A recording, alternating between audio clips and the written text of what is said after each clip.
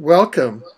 I'm Alfred Lambermont Weber, and today we're with a distinguished guest and colleague, Melanie Vritchan, who is the Public Information Director of EUCACH, the European Coalition Against Covert Harassment, and she's coming today from Brussels, Belgium.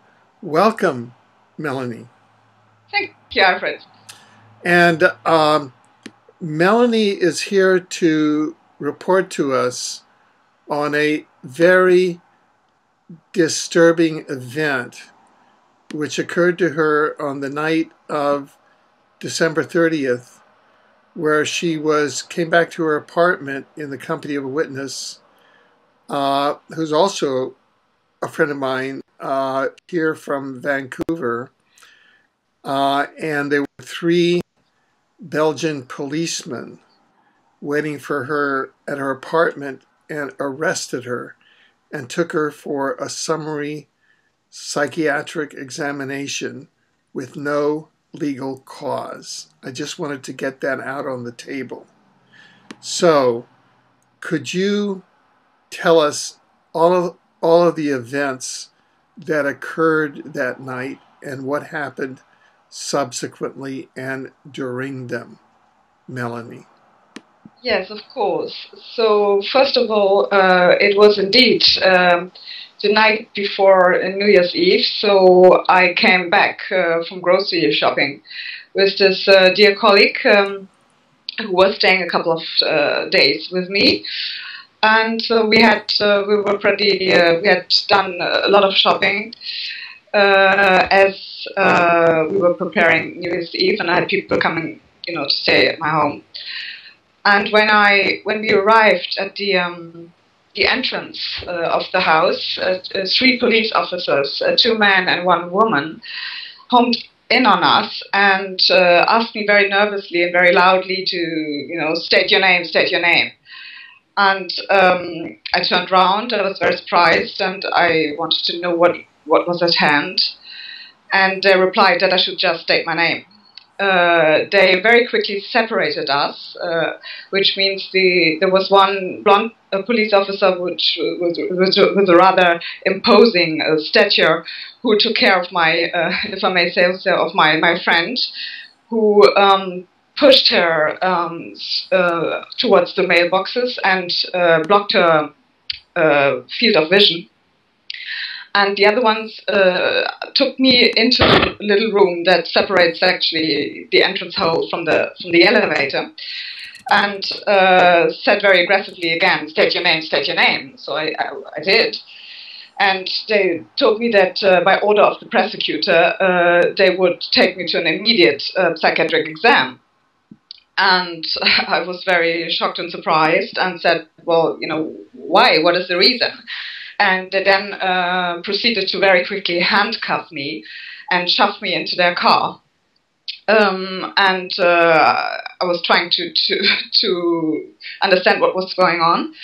And they said to me that I should not speak. The only thing they wanted to know is if I would authorize my friend to have the keys to my apartment, which of course I did, because she was a guest in my home. She would not have any place to go. And we then drove to a hospital, of which they inquired the address on the way. And as I was insisting a little bit what was going on, they said that, they were just a messenger, so to speak. They didn't know the file, but they would inform the prosecutor that I did not comply to his request. To which I then replied that I think it is normal that I would at least be informed for what reason they came to pick me up, handcuff me in front of my house and take me to this exam. When we arrived at the hospital, it was one of the major Brussels hospitals, university hospitals. The admission procedure took about 15 minutes. During which I stood handcuffed with the female officer holding my arm very firmly, telling me to stay here. at the reception, and we then, could go in and came into the office of the psychiatrist, and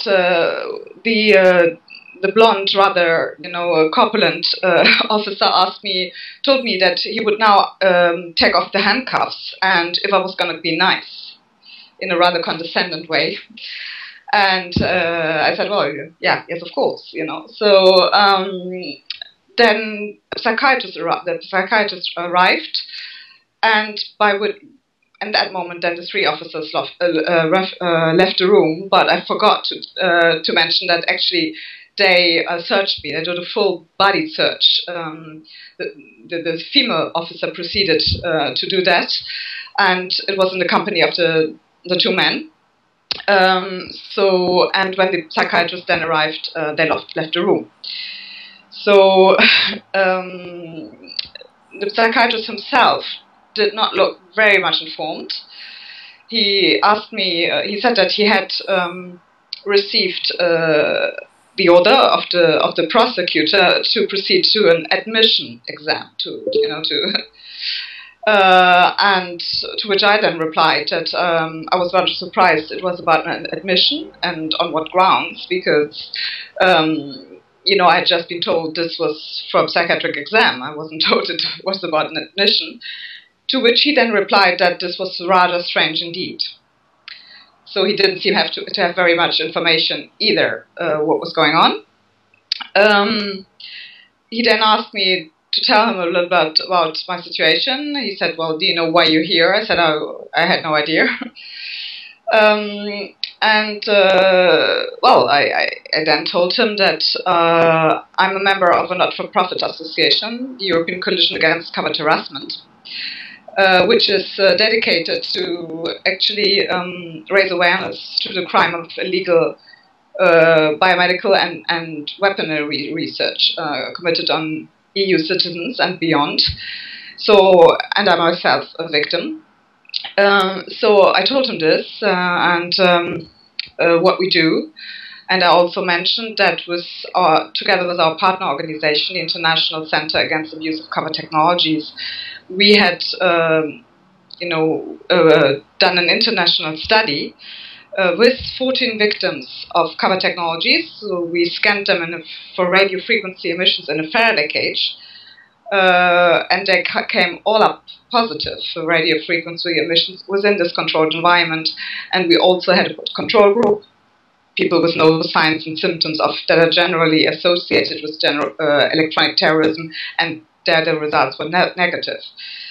When he heard this, he said, okay, so you were part of an international study, which I then confirmed. So he said, okay.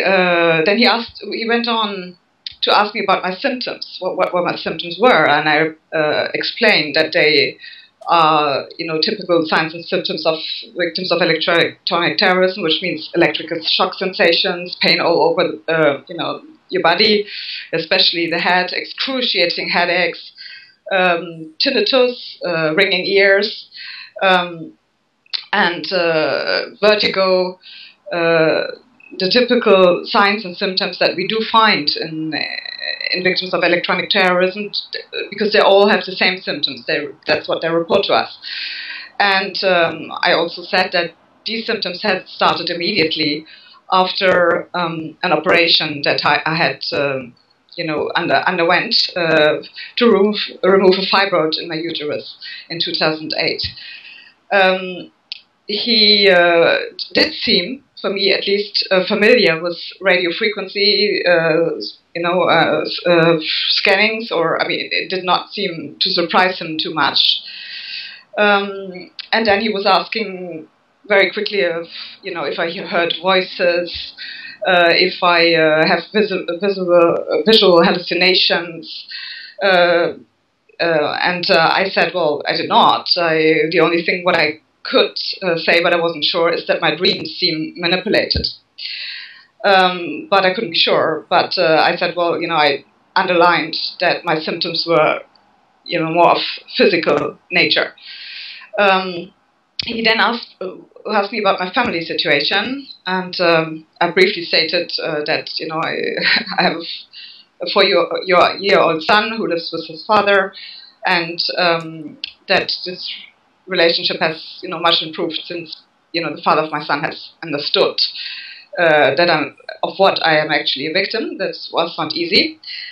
And then he said to me, well, the symptoms you describe are generally symptoms of that in people. We find these symptoms in people that are victims of paranoid delusions. Do you think you're paranoid? To which I replied, I'm not. And so I found that rather odd to be asked, by a psychiatrist, do you think are you paranoid, basically? And then he explained to me that he had to do a couple of phone calls and wait for the decision if they would, keep me in the hospital. And he said, well, what I could offer you right now already is that you could stay a couple of days in the hospital to, calm down and to relax. And would that be an option? To which I replied it would not be an option because I was neither stressed nor nervous. And I also did not know, I hadn't seen the warrant. I did not know anything about how this arrest, what was the reason for it. He then left the room, and by which the 3 police officers came back in and started saying things like, oh, the lady that stays in your house, she must be a caregiver or a nurse. I understood she was a nurse, which my friend then said she never told them that she was a nurse or a caregiver or anything like this. So, and if she was from Canada, of which I was quite surprised because I thought, well, how can I know she's from Canada when I never mentioned anything like this to them? I haven't informed them that she came from Canada. So, to which I then replied, and if she was from Quebec, I said she was not. She was from Vancouver, as you said at the beginning, Alfred. And I then replied to them that, but if they knew the criminologist Nicolas de Sermont, who wrote very interesting articles about group harassment techniques and gang stalking, organized stalking, what we call, and these techniques, and that he had worked with the Brussels police on these subjects, to which they did not reply. Finally, the psychiatrist had actually called my GP, Dr. Roger Lamberet, and asked him, he's actually told me what their conversation was. He just asked for confirmation of the fact that I had actually been part of this international study and that everything I said was true. Who confirmed what I said, that was correct, and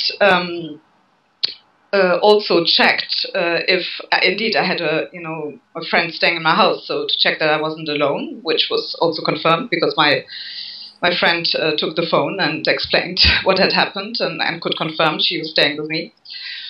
And he then came back and said that I could leave. So, and all of them then escorted me to the exit, and I then asked the police if they could at least take me back, because it was rather far out, and I was still, remember, with my shopping bags, and had quite a lot of luggage with me. To which they replied that they could not, they had other things to do, and I should take a taxi. Which I then did. I asked the secretary to call me a taxi, and then informed EUCACH director, Mr. Magnus Olsson, from Sweden, about what had just happened. And also briefly informed then, the father of my child, and Magnus Olsson then called EUCACH's legal advisor, Dr. Henning Witte, to inform him what had just happened.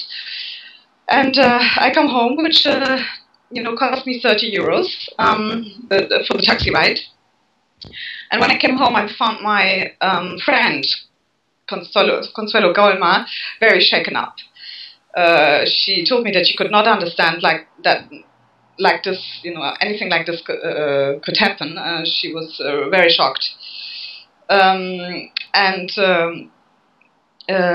also told me that when they separated us, she tried to talk to the police officer who spoke to her what was going on, and he said, well, he just answered, do you have a child up there, which was not our case, of course. And she told him, well, her child was on vacation, so was the father of the child. So he seemed a little bit confused about this. So I also questioned then what the police has actually been told, to have such a violent reaction. And the next morning, my neighbors who had witnessed the scene came to me and said that all this was very disturbing because apparently the police had already been up here at my door and given very violent strokes in the door, which is, I have a wooden door, and really shouted, open up, and my neighbor came out hearing the noise and said, well, gently, she has a child, but I don't think she's here because she's not answering. And the police had answered, oh, yes, she is here. She just doesn't want to open the door, which was, of course, not the case because by the time they were banging on my door, I was still doing my New Year's Eve shopping. And the police had also, now, when I heard this by my neighbors, I also understood the remark the police officer made when we were in the hospital still, which seemed to be a little bit out of place. He said, yes, you've put 3 locks on your door. And I said, well, yeah, I beg your pardon. And he said, well, there are 3 locks on your door. And I said, well, that is indeed true, and there always have been. I have then noticed also that whilst they were banging on my door rather violently, they actually did damage to the door, so which I have photographed, so documented. Because, there are now bumps and strokes. Yeah, yes, Melanie. Could you repeat for about the last minute, just kind of summarize what you were saying? Yes, I said that the next morning my neighbors came out and told me that in fact they had heard the noise that police was doing on my door, and they were shouting, "Open up, open up!" And they didn't. I mean, it was bangs and strokes and in the door. I have a wooden door, and they tried to interfere and said, well, well, not to interfere, but they said, well, gently, she's got a child, but I don't think she's here because she's not answering. And they said, oh yes, she is here. She just doesn't want to answer. And when I came back, I inspected the door, and they have been damaged.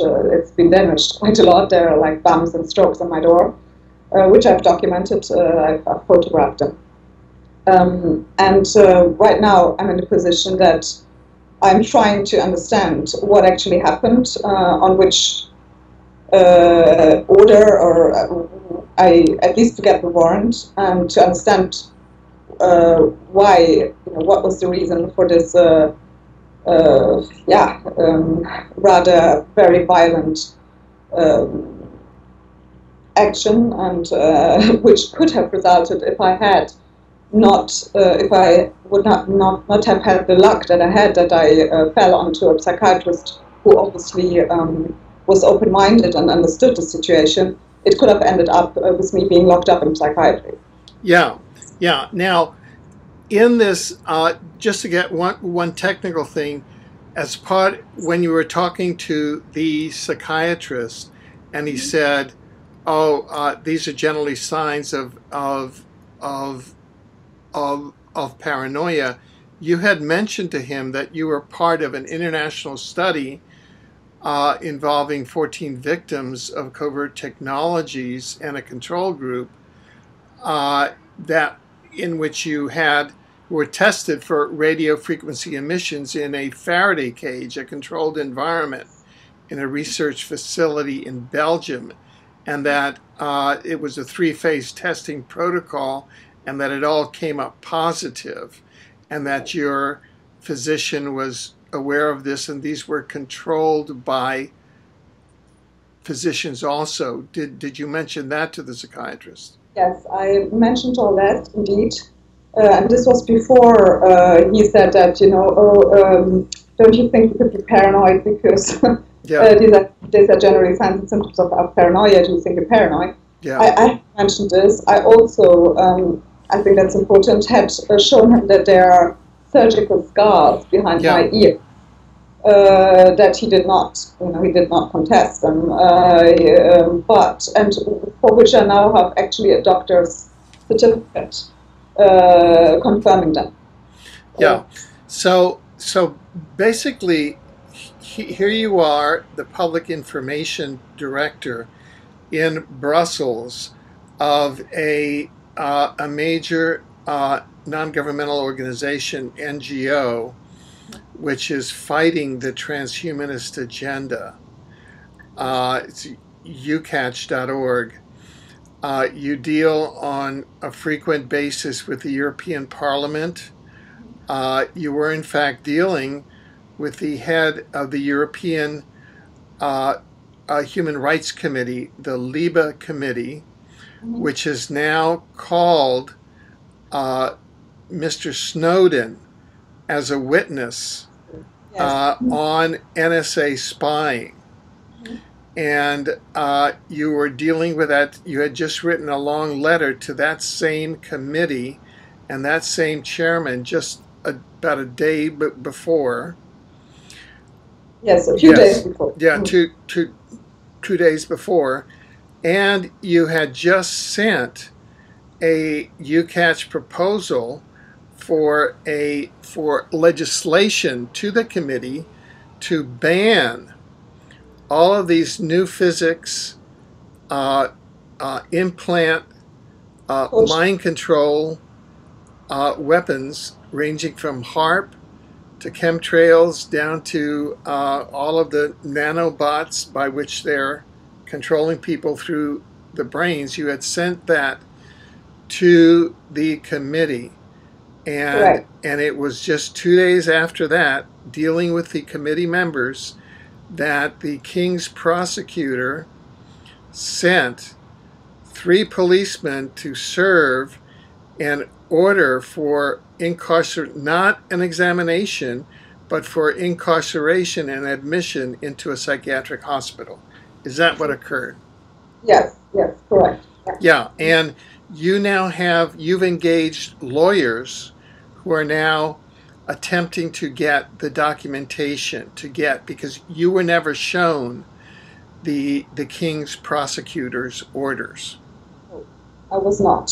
Everything went very fast. They were very quick to handcuff.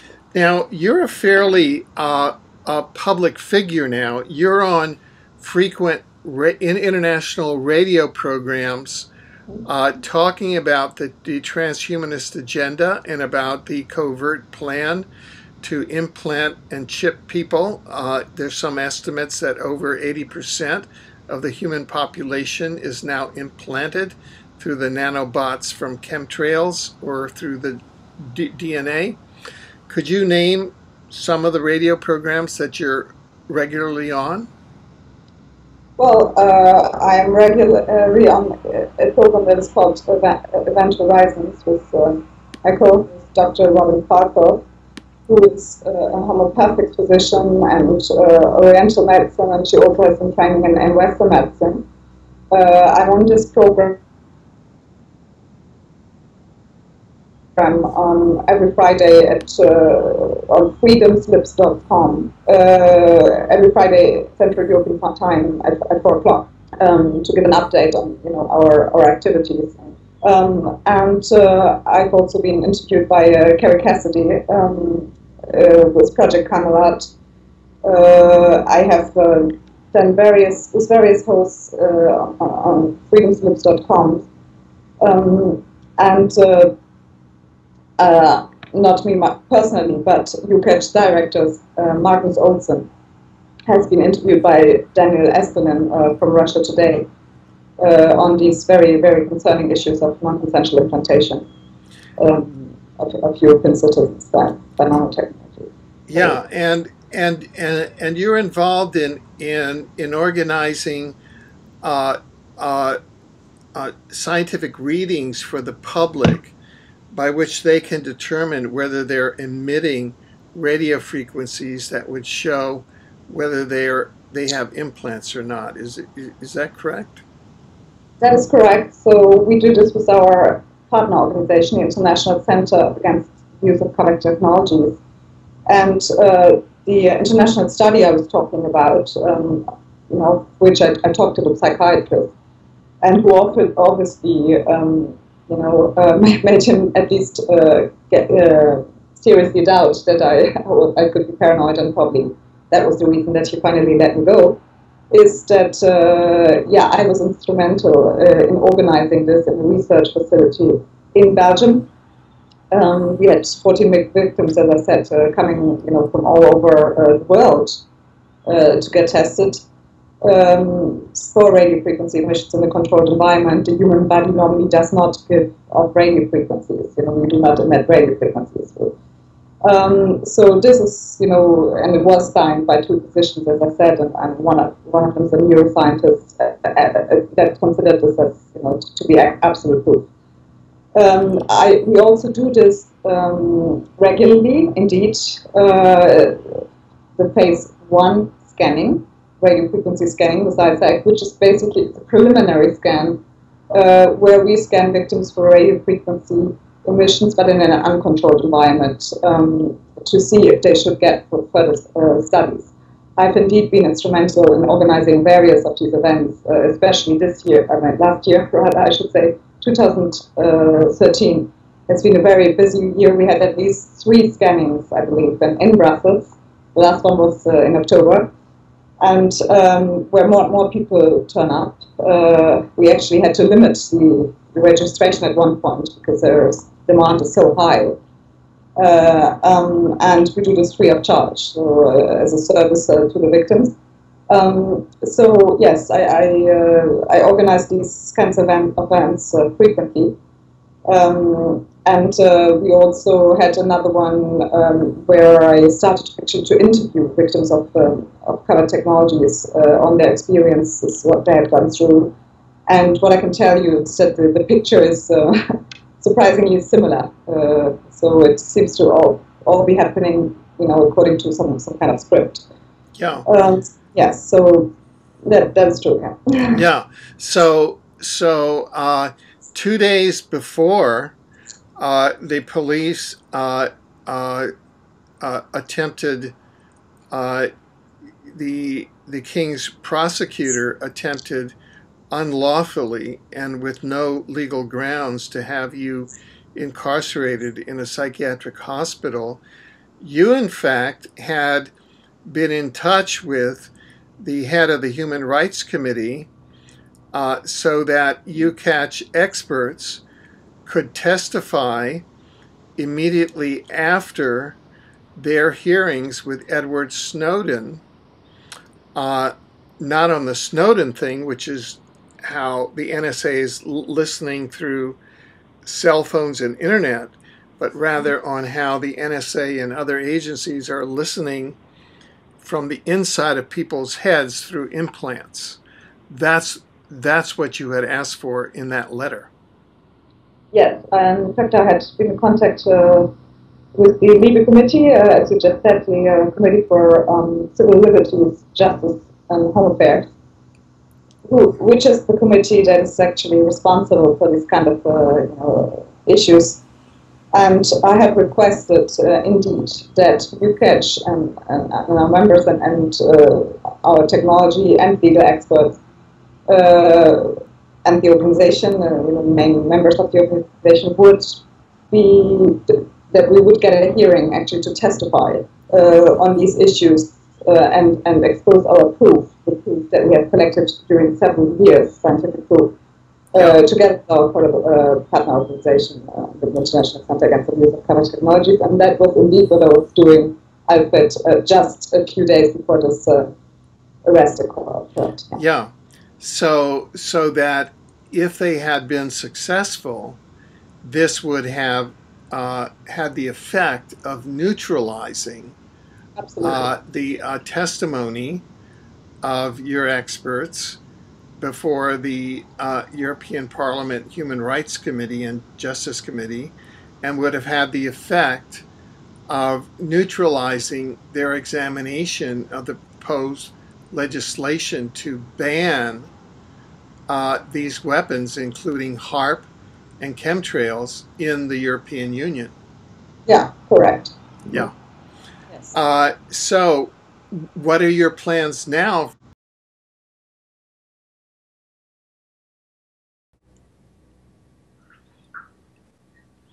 So now that you've successfully put aside the attempt by the King's prosecutor to defeat the EUCACH office by this unlawful action, what are EUCACH's plans for its Brussels office? Yes, so first of all, we find out a little bit more about this incident. So we'll certainly ask for the warrant, and my lawyer is currently looking into this. But yes, for EUCACH and EUCACH office, our plans are, of course, we will not give up. This has actually made us even more determined. And EUCACH will grow. I think it's an organization with enormous potential. We have, in the short time that we built, actually since June 2013, we. Okay, so how can people support the European Coalition and EUCACH's efforts and your efforts in Brussels? Yes, so you can, of course, donate if you want to support us with our lobbying efforts to stop these crimes and to ban these weapons and technologies totally, at least in the European Union, which is what we want to achieve. There's a donate button on the EUCACH website. I just would like to remind the website again. It's EUCACH.org, EUCACH.org. You find a donate button there, so you can donate, and we of course welcome the donations, because this is what helps us, keeps us going. And if you are a victim and you suffer from these kinds of symptoms, and you're a victim of this crime, we also have, and you would like to join the new EUCACH website, you can apply for membership, in fact, via the EUCACH website, and we are very grateful if people, give us their testimonies, because this will also ultimately also help us to prove to the authorities and the politicians that we're with whom we're in contact that this is going on. Yeah.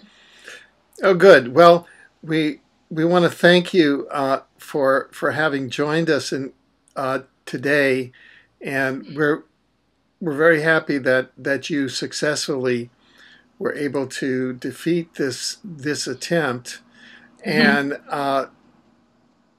we hope that you can come back from time to time in the future and tell us of your work in progress at the in the European Union, and with pushing back the transhumanist agenda. Thank you. Thank you very much, and thank you for this interview. Certainly.